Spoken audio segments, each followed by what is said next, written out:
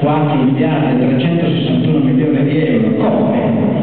Facendo passare per energia rinnovabile o assimilati i residui della lavorazione della benzina, che quindi vengono bruciati nella Saarlux, che praticamente è, adesso non si vede, l'abbiamo vista prima, la Saarlux è la centrale che c'è, la SARS, che genera energia utilizzando il bitume residuato dalla lavorazione della benzina, 4 miliardi e 361 milioni.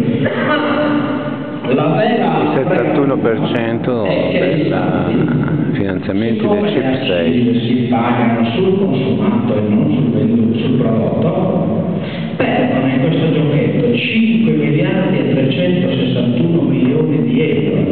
Guardate bene che noi stiamo aprendo la vertenza entrate per 1.600.000 milioni di euro e ne stiamo perdendo, grazie al gioco delle accise, 5 miliardi e 361 milioni di euro.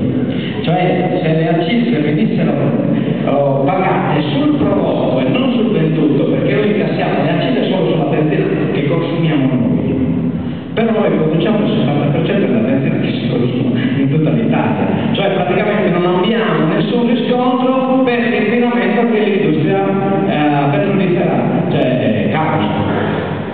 E quindi anche su questo è che si sta prendendo la vertenza per la riforma dell'articolo 9 dello Statuto regionale.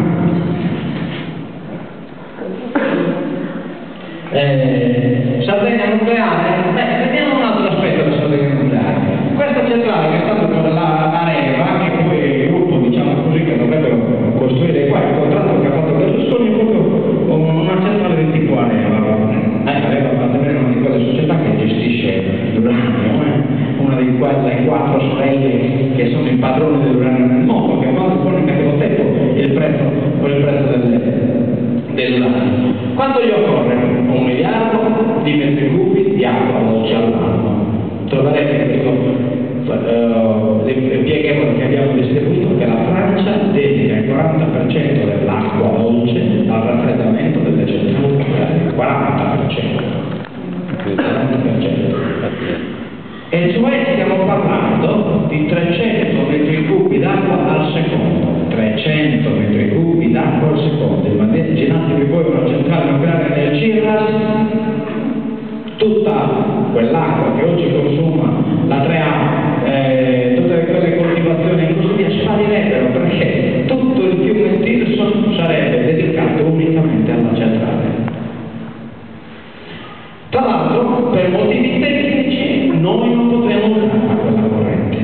Quella corrente, per questioni dirette, noi non possiamo usarla, dobbiamo trasmetterla nel sistema e poi dal sistema la dobbiamo riacquistare, come quelle mele, cioè le portiamo fuori a 3 euro al chilo e poi le riacquistiamo, le nostre mele, ce le portano indietro, le riacquistiamo a 10 euro al chilo. Un po' come avveniva con il granito e come avviene oggi con le sabbie silice, no? Tutte le sabbie di silice, queste naturalmente sono fatte con sabbie silice salve, sono fatte, però noi non le abbiamo comprate al prezzo che loro ci hanno pagato le sabbie silice. Qui ci lavorano da 20 a 40 persone, lì ce ne lavorano 6.000 di persone, lavorano male e poi ce ne portano qua. La stessa cosa sarebbe l'energia. E guardate bene che non è molto lontano, il cavo Sapere da 1000 megawatt, il primo è già entrato in funzione, il primo è già entrato in funzione, il secondo è in costruzione e c'è già il Sarcoi di 400 megawatt. Quindi siamo a 2400 megawatt di trasmissione. Cioè quindi questi ci stanno pensando davvero ci stanno pensando. Non è che stiano, sì, palleggiano un po', un giorno, tirano poi mollano la fune, quando